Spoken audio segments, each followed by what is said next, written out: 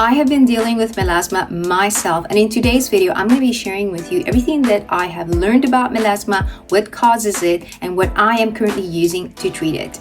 I've watched a ton of dermatologist videos explaining more about melasma, and I will leave down below a few links to some of the videos of dermatologists that I truly trust that explain this very well if you are wanting to see some extra resources. Hi there and welcome to my channel Beauty Talk. My name is Linda and I'm a beauty content creator. I create videos both beauty and also a little bit of lifestyle, and I create videos both in English and in Spanish.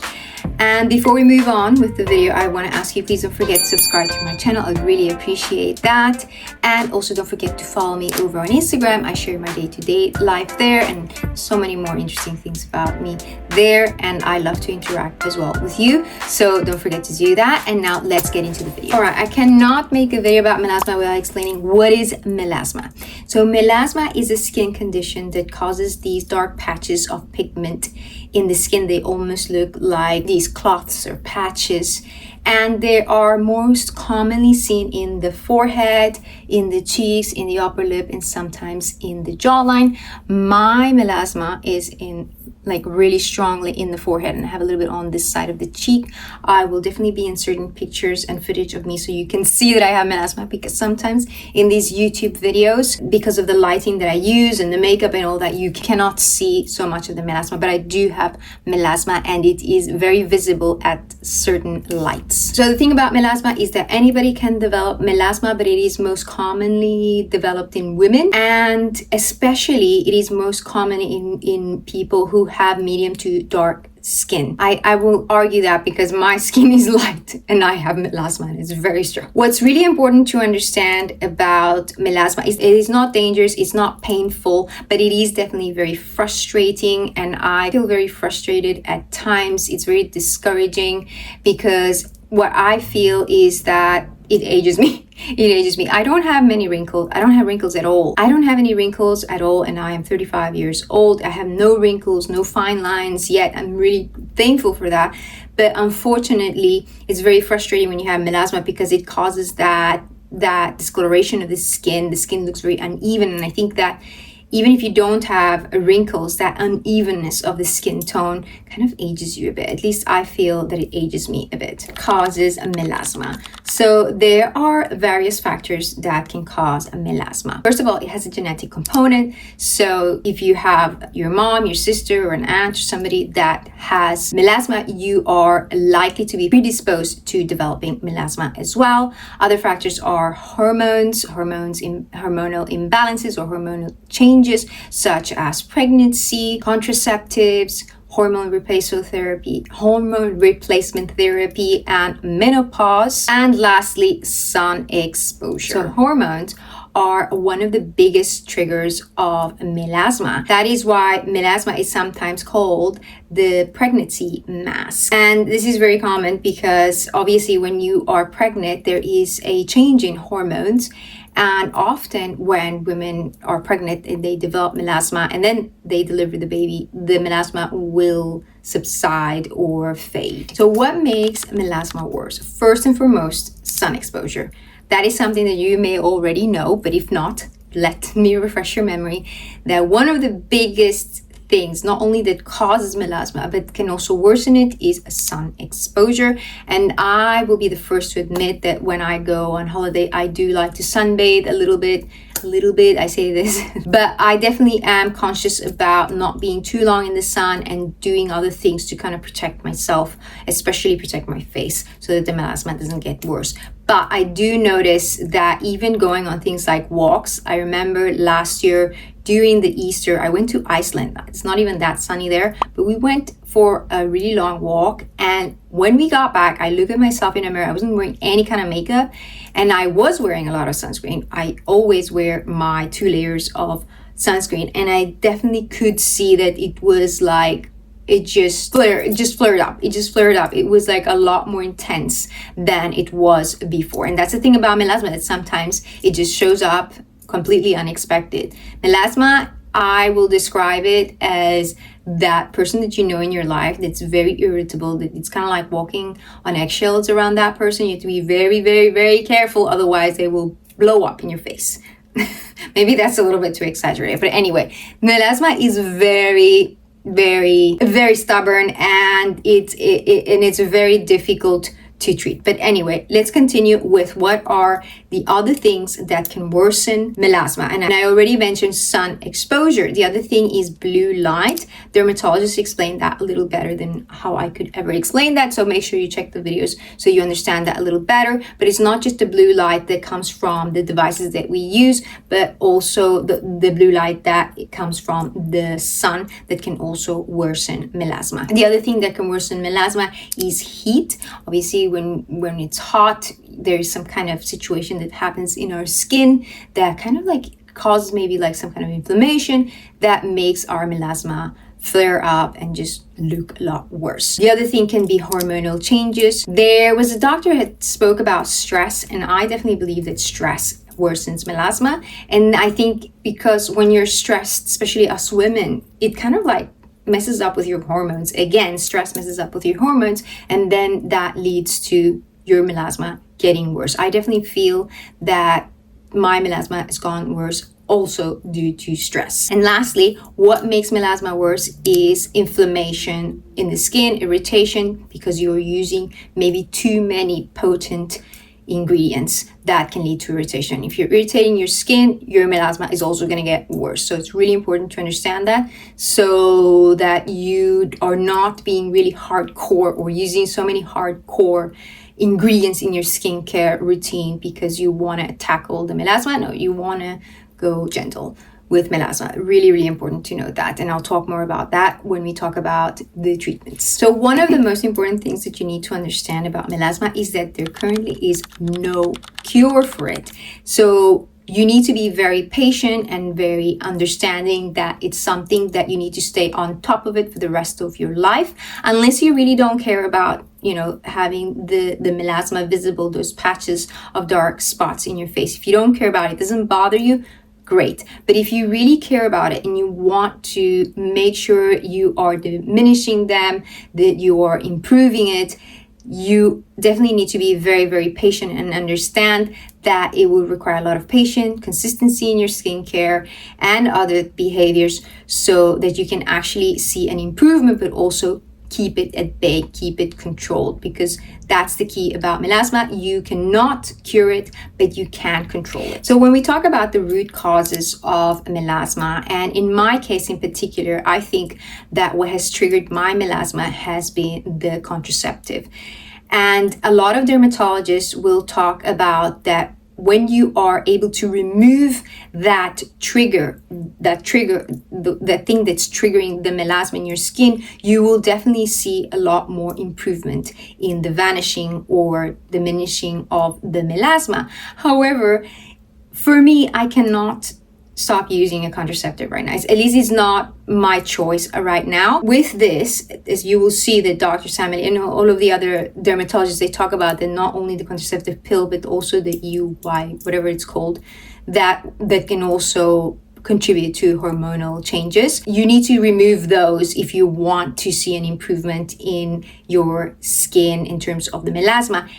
And it's going to depend on each one of you, what you want to do and the sacrifices you're willing to take to improve your skin. But at the moment, it's not a sacrifice that I am willing to do. So it doesn't mean that I cannot improve my melasma. From what I understand, I definitely can, but it's going to be a lot harder to improve my melasma, given that I still have that underlying trigger that's continuing to kind of like drive forward the melasma. So it's going to be harder to treat it. So it's really important that you understand that, because if you are like me, if you're in the same situation, it's really important to understand that you're going to need to be a lot more patient with your skincare and with yourself, because it is really frustrating, because it's so hard. It's really hard when you need to have these kind of things. You need to have your contraceptive, but at the same time, it's also causing this issue. So like I said, stopping contraception is not an option for me. However, I'm trying my best to do everything that I can outside of that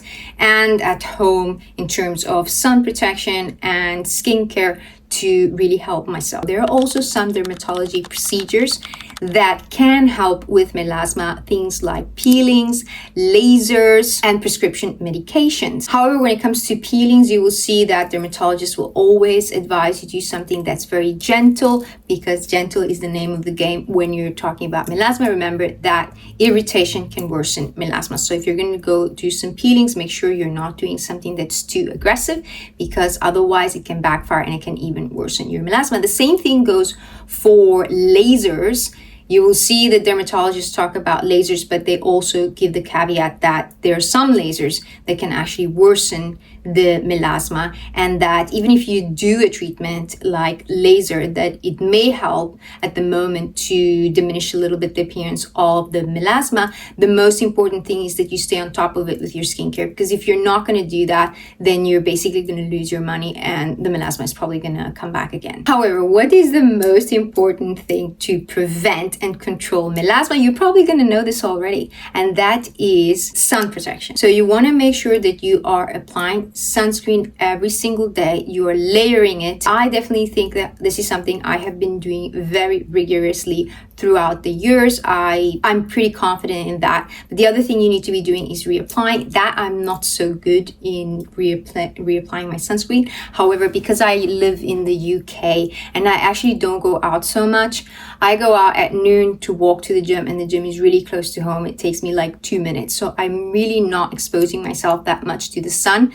That's why I don't reapply. I apply it in the morning once, and I feel like that is enough. Also, I apply my makeup on top. Makeup has potentially some protecting, because of the oxides and all that. It also potentially creates a protective layer to help in addition to sunscreen.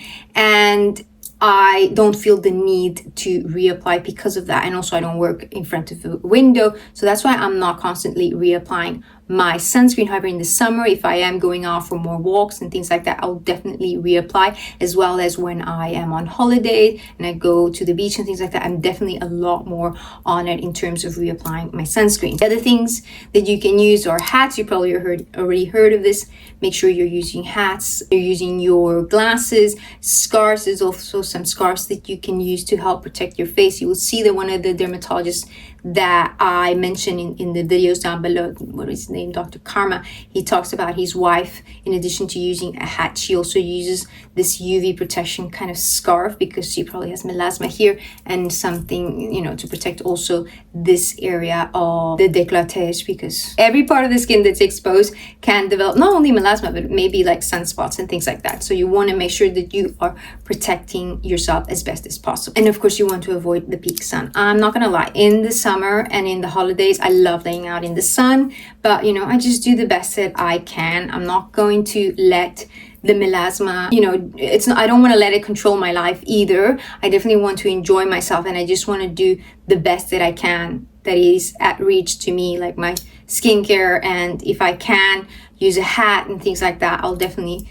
do that. But I'm not going to be like with an umbrella the whole time and covered in a scarf all over the whole time. I also want to be able to enjoy a little bit of the sun, but of course I will be mindful and not be doing it maybe at the peak hours where the sun is the most potent. There are some medical treatments that you can also have to help with the treatment of melasma. Amongst them is hydroquinone. Hydroquinone is considered the standard treatment for melasma, but it is something that needs to be used under the supervision of the dermatologist. It's not something that you can buy in the stores, and if you could buy it in the stores, I would definitely advise against it, because it's something that you want to be using with the supervision of your doctor, because hydroquinone can have like really bad side effects, and it's something that you cannot be using for long periods of time. Usually when doctors prescribe hydroquinone, they will prescribe it for about 3 months. Otherwise, it can actually worsen your melasma. If you use it for more prolonged time, it can actually worsen your melasma. And it's also an ingredient that you can't use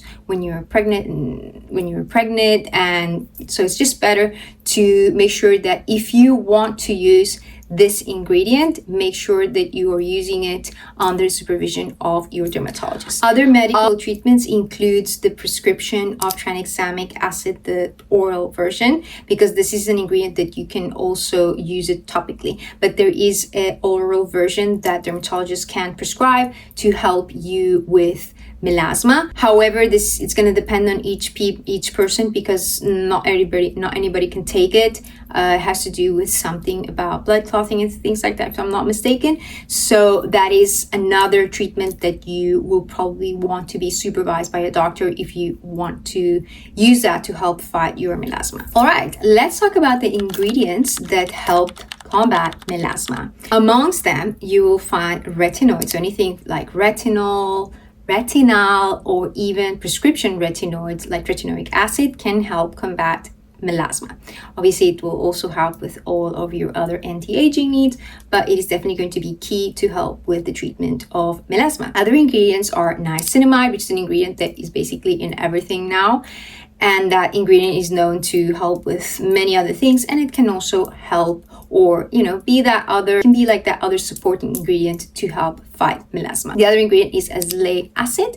That's an ingredient that you can find products over the counter that contain it. They're definitely going to be a lot more milder, but it is also an ingredient that dermatologists will prescribe. There's like stronger strengths that they can prescribe to help, and it can help also with things like redness, and I think it can also help with rosacea. You can definitely use azelaic acid, and you can buy something over the counter that contains that ingredient. It's going to be milder, it's going to work a little slower, but it definitely can help. Other ingredients are alpha-arbutin. Alpha-arbutin is an ingredient that's also derived from hydroquinone, but it's definitely a lot more gentle, and it is one that you can use even if you're pregnant, if I'm not mistaken, because it's that gentle and you don't have to stop using it. You can use it for forever if you want to, because it's a lot more milder than hydroquinone.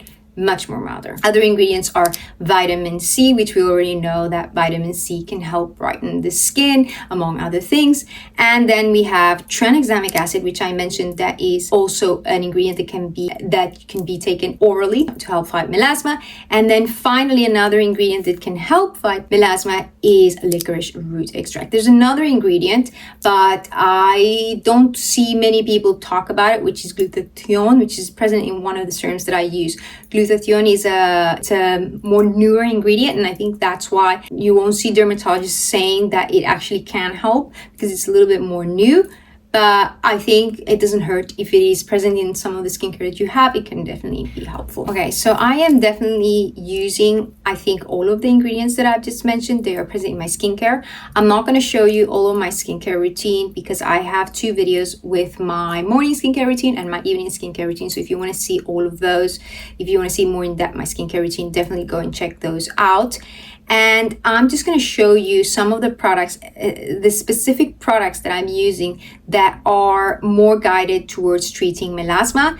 And those are, first of all, my retinoid serum. This one I show you in my nighttime routine, and I talk a little bit more about it, but I'm going to tell you a little bit more now about this again. And this is from the brand Sun By Me. It's a K-Beauty serum. This is my Retinol Intense Reactive Serum, and I really like the serum because it's super gentle.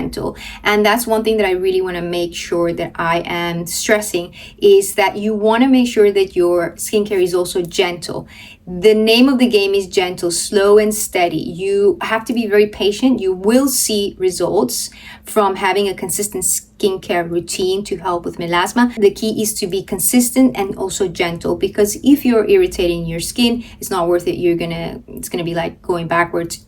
The irritation is going to cause your melasma to flare up or worsen. So what I like about this serum is that it's super gentle, and it contains not only retinol, it also has retinol, and it has bakuchiol, which is an antioxidant that kind of works a little bit like retinol and retinol. And it also has niacinamide, so one of the ingredients that we talked about that helps with melasma, but it also has licorice root extract, which is an ingredient that can help with inflammation of the skin, but also has some brightening properties, so it can definitely help with melasma. Of course, it has the retinol, bakuchiol, and all these things that are going to help with the anti-aging needs, but it also has those other supporting ingredients like niacinamide and licorice root that will help specifically with the melasma. Of course, it also has some other ingredients that are going to help with calming and soothing the skin and all these kind of things. And I talk about those a little bit more in my nighttime skincare routine. So if you want to see me applying it and you want to see a little bit of the texture of the product,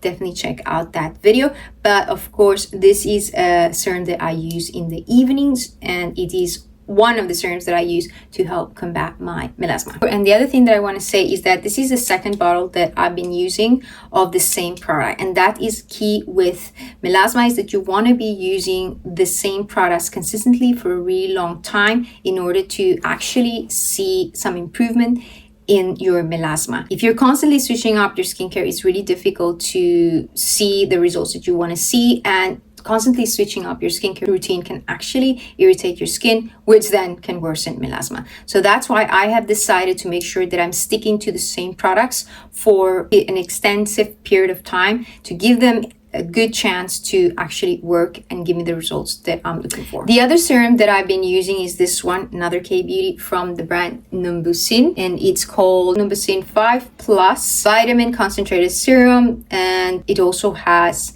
glutathione. So this serum is really good because it does combine several of these ingredients that I listed before to help combat melasma. It has, in addition to pure vitamin C, I think it also has a derivative of vitamin C. It again has niacinamide, but then it has other ingredients like tranexamic acid, which is one of the ingredients we spoke about that doctors will prescribe orally, but this one has the topical version. And it also has alpha-arbutin, which is another of the ingredients that help fight melasma. It has a whole host of ingredients, to be honest, so it will definitely help with many other things, but in terms of the specific ingredients that help with melasma, those are the ones that it has. So it has vitamin C, niacinamide, alpha-arbutin, and tranexamic acid. And I think it also has resveratrol, but I don't know if resveratrol helps so much with that. Actually, no, this one doesn't have resveratrol. It is this one that has resveratrol. But anyway, it does contain those core ingredients that help combat melasma. And the third serum that I have, which is one that I use both night and day, because the vitamin C I use in the mornings only, and then the retinol I use only in the night. This serum I use it both in the morning and in the night, and this is from the brand Aplb. This is the Azelaic acid peptide ampoule serum. So this one, as the name suggests, has azelaic acid, which is again one of those ingredients that is used to help treat melasma. This serum is super nice. It's very lightweight, and it has no fragrance to it. I've been really enjoying to use it. It also has peptides, so it's very nice and hydrating. And it also has, I think it also has Centella asiatica, so it's nice and calming. And yes, azelaic acid is also that other ingredient that when you go to dermatologists, they can prescribe a little bit more of a stronger version to help treat certain conditions like rosacea, and I think probably melasma as well. I think I already mentioned that, but just saying it again in case. But yeah, this is the third serum that I use. So I only use two serums in the morning and two serums in the night. I don't want to use too many serums, and the idea is to find the most of these ingredients in as minimal serums as possible. It was really difficult to find one serum that had all of these, so that's why I have these two, and I think this is not too bad to have two serums in the morning and two serums in the night. I think that's pretty good. It's not too much. It's not excessive in my opinion. But I do use these exfoliating pads from the brand First Aid Beauty, because I think exfoliation is also really important to treat melasma. Obviously, you want to do it very gently, and that's why I like these pads from this brand First Aid Beauty, which are called the Facial Radiance Pads that has glycolic acid and lactic acid. And these ones are so gentle that you can actually use them every day. It says on the packaging. But I don't use them every day. I use them about 2 or 3 times a week, and I think that is enough for me. And I really like how gentle they are, and they have both glycolic acid and lactic acids, which are going to help remove those dead cells that can also contribute to the melasma looking even darker. And also, what I like about these pads is that it again has licorice root that can also help treat the melasma. So that's why I've been really enjoying these ones. I like how gentle they are, and I like that it has those key ingredients that can help treat melasma. And finally, the most important products that I use in my skincare to help treat melasma are my sunscreens, and I have been loving these ones from the brand Dr. Althea. So she has these two this blue one, and then this green one, and actually this one's basically done. This one's going to be done soon as well, but I have repurchased these because I've really been enjoying them. But I do have a list of other sunscreens that I really enjoy, and I'll probably leave them below in the description box. And by the way, make sure you check the description box if you're interested in any of the products that I am mentioning in this video. You can check out my Shop My, which will be linked down below. If you don't use Shop My already, you can download the app, and this is great because it's a great place to find not only the products that I recommend, but also products from other content creators, and it's easy to find it. I leave my link down below, and you can see all of the products that I recommend in all of my videos, but also on Instagram, and you can also see like my shelves of my favorite products and things like that. So I definitely recommend you check out Shop My, and if you use my links, you will be definitely supporting my channel, and I really appreciate if you do. And if you do buy anything through my links, make sure you let me know so that I can personally thank you. So those are the products that I use currently in my skincare routine to treat my melasma, to help myself. I definitely know that I still have that main trigger, which is the contraceptive. I believe it's the contraceptive that has triggered my melasma. I know that I have that there, but I know that using these things can really help me. I haven't seen like a huge improvement. I definitely have seen some improvement, but it hasn't been anything crazy because, again, I still have that trigger that is driving the melasma. And until I don't remove that, I need to make sure that I am doing the best that I can to minimize it, to control it to the best ability that I can. And those are the products that I'm using. And like I said, I have already the replacements for these ones, which are the same. My plan has been to use the same products, so the exact same products, to use them for a long period of time so that I can give them a good chance to actually improve my skin. I definitely feel that the quality of my skin is great. I feel that my skin is smooth. The only issue that I have is really the melasma, and that is something that you just have to be really patient with it. And that is the best advice I can give you, is you need to be very patient with it. And you can definitely go and do these in-office treatments, but they're not going to be worth it unless you are doing these things at home. You are having a consistent skincare routine, consistent in terms of having the same ingredients that are going to help you, and also making sure that you're finding all of these ingredients. You don't have to have exactly all of them, but the more of these melasma treating ingredients that you can have in your skincare routine, your chances of seeing an improvement are much more higher than if you're using like one product that has maybe just niacinamide and one of these other ingredients. So that's why my approach was to find these serums that have the most of these commonly known ingredients to treat melasma, so that I can have the best chances of seeing the best results possible. And that's the other thing. And because I am still having the contraceptive, I just have to be a lot more patient. It doesn't mean that I can't see results, but it just means that I have to be more patient, that it's going to take a little bit longer for the melasma to improve. So again, the key here is a lot of patience. I definitely think that is worth going to a dermatologist. If you, like me, are going through the same situation, I definitely think that I need to go to a dermatologist to assess whether maybe I should be incorporating a hydroquinone, or maybe I could be taking tranexamic acid, or if there's anything else that I can do to help treat my melasma. But yeah, even though melasma is very frustrating, and I get it because I have it, it's very frustrating. I really dislike it, and it's really hard sometimes. It affects my self-esteem sometimes, to be honest. Lately, I find myself wearing more makeup and not wanting to see myself without makeup because it is really frustrating to have it. A couple of years ago, it wasn't as intense and I was happy to use very minimal makeup, but now I still use not so high coverage foundations because it still disguises it, but I find myself preferring to use makeup more than not. And like in the summer, and if you go to the beach, I still want to wear my makeup because I hate seeing the melasma, which is really annoying, but that's how it is. So I get it if you're going through the same thing. I get you, but that's why the key with melasma is patience patience, making sure that you are using all the sunscreen and all the sun protective behaviors as possible, all the key ingredients to help yourself, and having lots and lots of patience. I hope this video was helpful. Please let me know if you enjoyed it, and if you did enjoy it, don't forget to give me a like and subscribe for more content, more realistic and down-to-earth content. I hope you enjoyed this video. Thank you so much for watching all the way till the end. I hope you have a lovely day. I'm sending you lots of love and lots of kisses. Ciao.